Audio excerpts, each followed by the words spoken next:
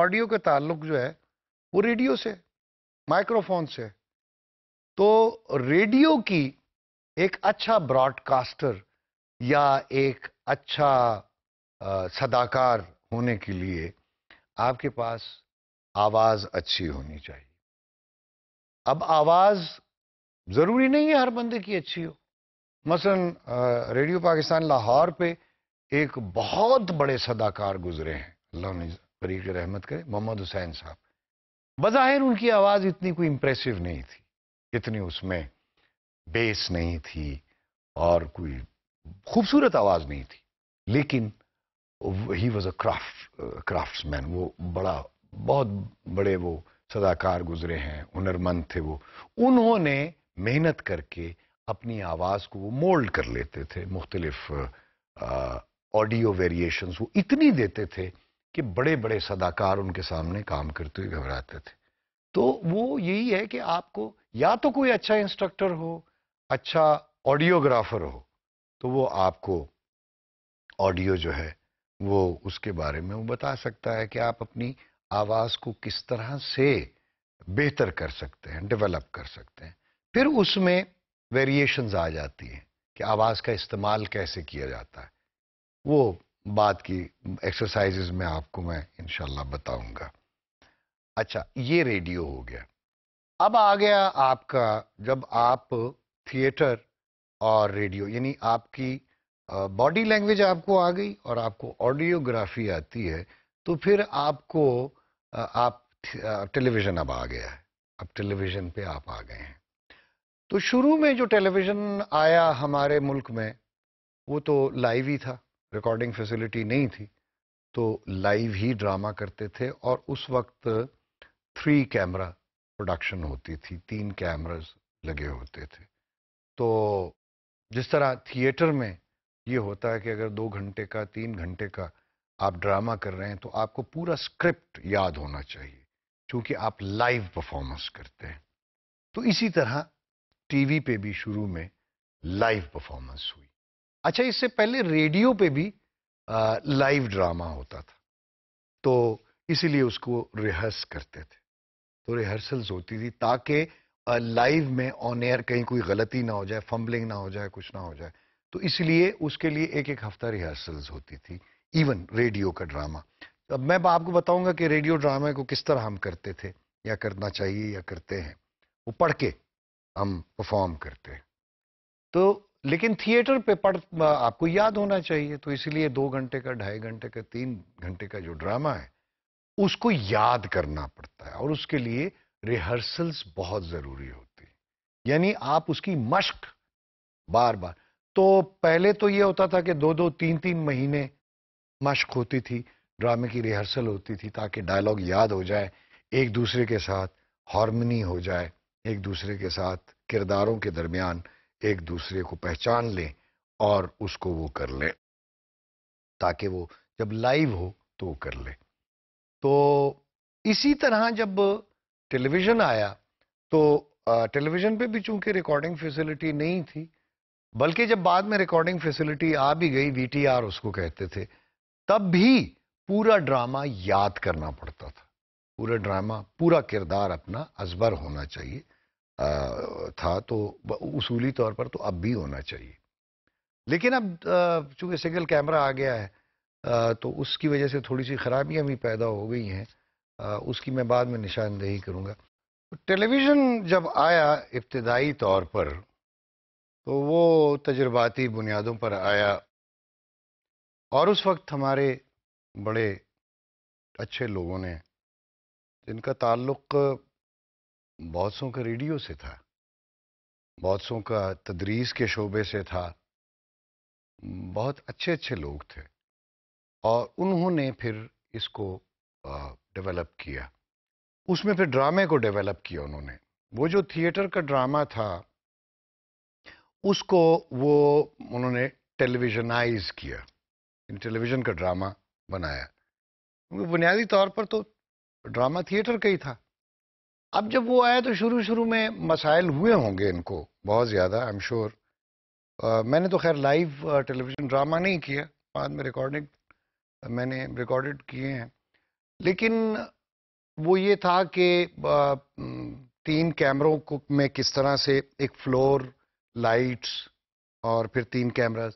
تو جو ریڈیو سے آئے لوگ یا تھیٹر سے آئے ان کو ابتدائی طور پر بڑی مشکل ہوئی ہوگی ایڈجسٹ کرنے میں کہ کون سا کیمرہ آن ہے، کون سا نہیں ہے، کون سا آف ہے، کون سا شاٹ چل رہا ہے، کس طرح کرنا ہے، یہ کرنا ہے وہ. لیکن اس میں یہ تھا کہ انہوں نے، بڑے ذہین لوگ تھے، اللہ اس کا اجر انہیں دے، کہ انہوں نے پھر وہ ریہرس کرتے تھے ڈرامہ.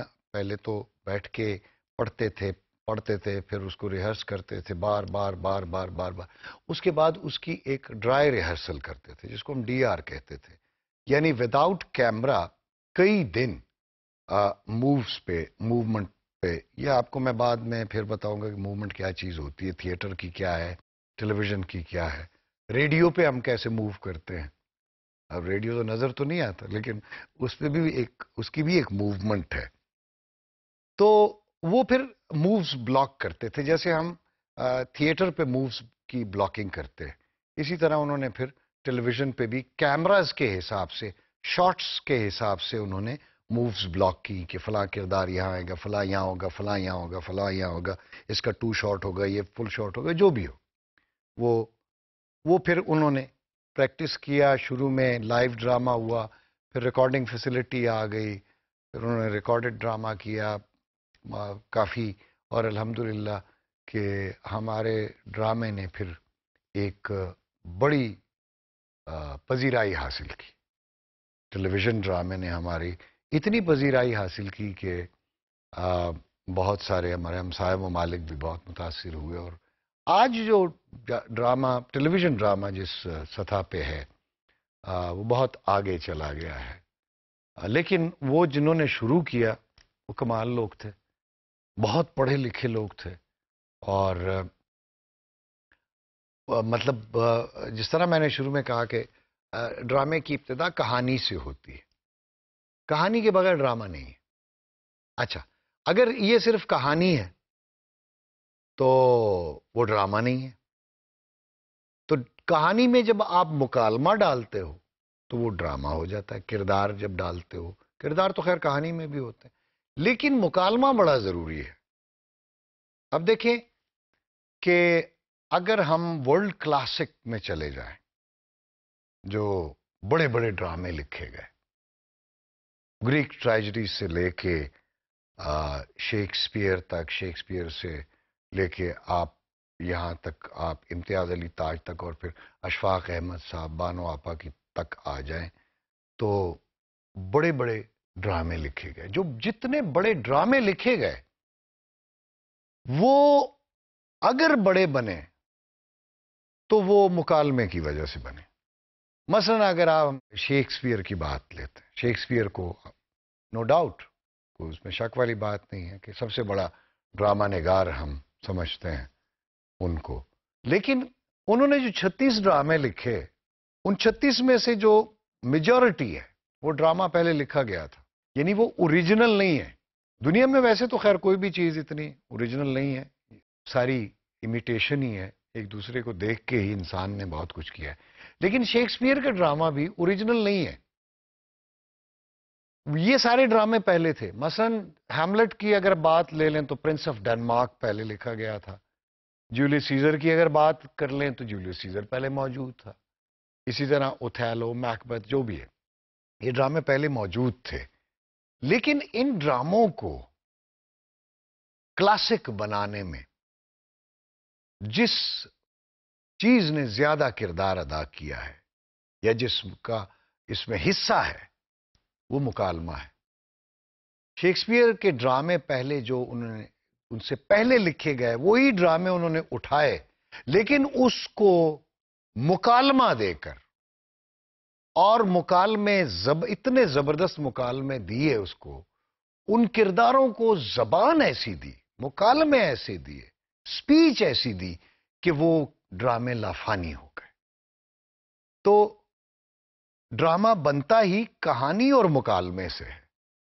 اور اسی طرح اگر اداکار میں ایک تو اس کی باڈی لینگویج نہ ہو اس کے پاس، اور دوسری سپیچ نہ ہو، آڈیوگرافی نہ جانتا ہو، تو وہ اداکار نہیں بن سکتا۔ اچھا یہ ساری چیزیں تو یہ تو چلتی نہیں، لیکن اس سے بہت پہلے سینما آ گیا، جس کو ہم فلم کہتے ہیں۔ یہ سینما غالباً ریڈیو سے پہلے ہے یا بعد ہے، ایگزیکٹ اس کا میں ابھی نہیں بتا سکتا۔ اب غالباً ریڈیو کے بعد ہی آیا ہوگا، چونکہ ریڈیو پہلے آیا، اس کے بعد پھر سینما آیا۔ تو سینما میں ہمارے ہاں، بلکہ شاید ویسٹ میں بھی، جو ان کی کلاسکس تھے، جو تھیٹر کے جو پلیز تھے، ان کو انہوں نے فلم پہ، وہ سیلولائٹ پہ لے کر آئے، اور وہی اس میں۔ لیکن چونکہ پہلے آپراز بہت زیادہ ہوتے تھے، آپراز جس میں گانے جو ہیں، یا جو ہمارے ہاں ہندوستان میں اس وقت نوٹنکی کہلاتی تھی، کہ جس میں، یا دھارمک ڈرامے تھے، وہ دھارمک ڈرامے، اس میں موسیقی کا ایلیمنٹ تھا بہت زیادہ۔ موسیقی، یعنی اداکار جو بھی کردار کرتے تھے وہ گاتے بھی تھے اور منظوم وہ بولتے بھی تھے۔ یہ تحت لفظ بھی میں آپ کو بتاؤں گا بعد میں۔ تو ہماری فلم جو ہندوستان میں بنی، اور پھر بعد میں ابھی بھی پاکستان میں جو بن رہی ہے، اور انڈو پاک میں جو فلم بن رہی ہے، بیسیکلی اس پہ نوٹنکی کا بڑا اثر ہے۔ وہ جو رام لیلا یا شکنتلا ہے یا اندر سبھا ہے، آج بھی ہماری فلم اسی اثر میں ہے۔ مثلا ہماری فلم جو ہے، اسی لیے وہ ایگزیجریٹڈ فارم ہے، میں سمجھتا ہوں۔ ویسے تو لارجر دین لائف ہوتا ہے ڈرامہ، زندگی سے ماورا ہوتا ہے، زندگی کا حصہ ہوتا ہے، زندگی نظر آتی ہے، لیکن وہ زندگی سے اوپر کی چیز ہے۔ اگر دیکھیں نا، اگر آپ زندگی کو لائف ایز لائف اگر آپ اس کو پورٹرے کریں، تو وہ ڈاکیومنٹری بن جاتی ہے۔ اس میں کوئی دلچسپی والی بات نہیں ہے۔ جب تک آپ اسی چیز کو تھوڑا سا زندگی سے اوپر کر کے، لارجر کر کے، اس کو تھوڑا سا پھیلا دیں، تو اس میں انٹرسٹ پیدا ہو جاتا ہے۔ جیسے ایک نظریہ تھا کہ acting should be realistic, believable and interesting, کہ اداکاری جو ہے یہ حقیقت پر مبنی ہونی چاہیے، یا حقیقی نظر آنی چاہیے، پھر ریئلسٹک ہو، یعنی ریئلسٹک یہ زندگی کا حصہ نظر آئے، اینڈ بلیویبل، اور جس پہ یقین کیا جا سکے، اینڈ انٹرسٹنگ، یہ اور دلچسپ ہو۔ مثلا اگر اداکاری ریئلسٹک بھی ہے، بلیویبل بھی ہے، لیکن اگر انٹرسٹنگ نہیں ہے، دلچسپ نہیں ہے، تو وہ اداکاری نہیں ہے۔ اب تو خیر جو نیا جو کانسیپٹ ہمارے پاس آتا ہے، یا جو میں سوچتا ہوں، کہ ریئلسٹک نکال ہی دیا ہے، کہ ضروری نہیں ہے کہ ریئلسٹک ہو، بلیویبل ہونا چاہیے، اینڈ انٹرسٹنگ ہونا چاہیے، یعنی جس پہ یقین کیا جا سکے، اور جو دلچسپ ہو، جو لوگوں کو اچھی لگے۔ دیکھیں نا، فائن آرٹس میں یہی تو خوبصورتی ہے، کہ آپ اس میں، فائن آرٹس میں، کسی بھی آرٹ میں، آپ غلیظ اور گندی چیزیں نہیں دکھاتے، آپ زندگی کا خوبصورت حصہ دکھاتے ہیں، تاکہ وہ لوگوں کو اس سے تسکین ملے، ان پہ اچھا تاثر کریٹ ہو، اور ان کی طبیعت اس سے بشاش ہو جائے۔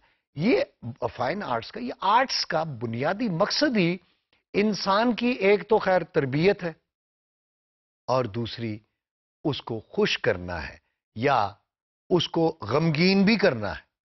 یعنی جو ٹریجڈیز ہیں، وہ ٹریجڈیز بھی ضروری ہیں، چونکہ جب تک ٹریجڈیز نہیں ہوں گی، کامیڈیز کا مزہ نہیں آئے گا۔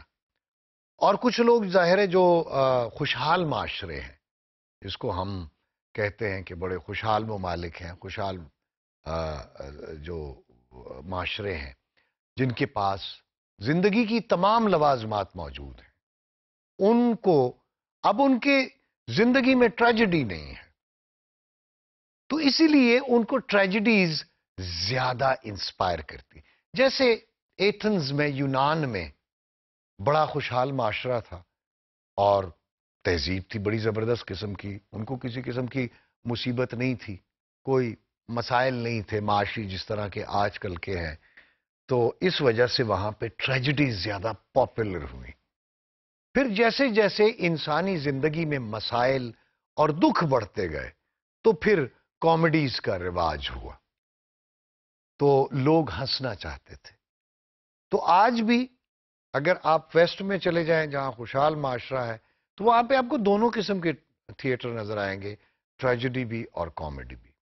اب اس ٹریجڈی اور کامیڈی کی, جیسے کامیڈی میں فارس ہے, سلیپ سٹک ہے, بلیک کامیڈی ہے, مختلف چیزیں اس میں آ جاتی ہیں. تو یہ, لیکن ہاں میں بات کر رہا تھا فلم کی. فلم پہ, ویسٹ کی فلم پہ بھی شروع میں وہی جو ایک اوپرا کا جو ایفیکٹ تھا وہ تھا, لیکن آہستہ آہستہ انہوں نے اس کو نکال کے اس کو ریئلسٹک یا بلیویبل بنا دیا اور انٹرسٹنگ بنا دیا اس میں اور چیزیں ڈال کے. لیکن ہمارے ہاں ابھی تک انڈو پاک میں جو فلم بن رہی ہے وہ بغیر گانے کے, موسیقی کے نہیں ہے. یہ وہی ناٹک یا نوٹنکی یا اوپرا کی جو روایت ہے وہ ابھی تک وہ رواج جو ہے فلم میں ہماری موجود ہے.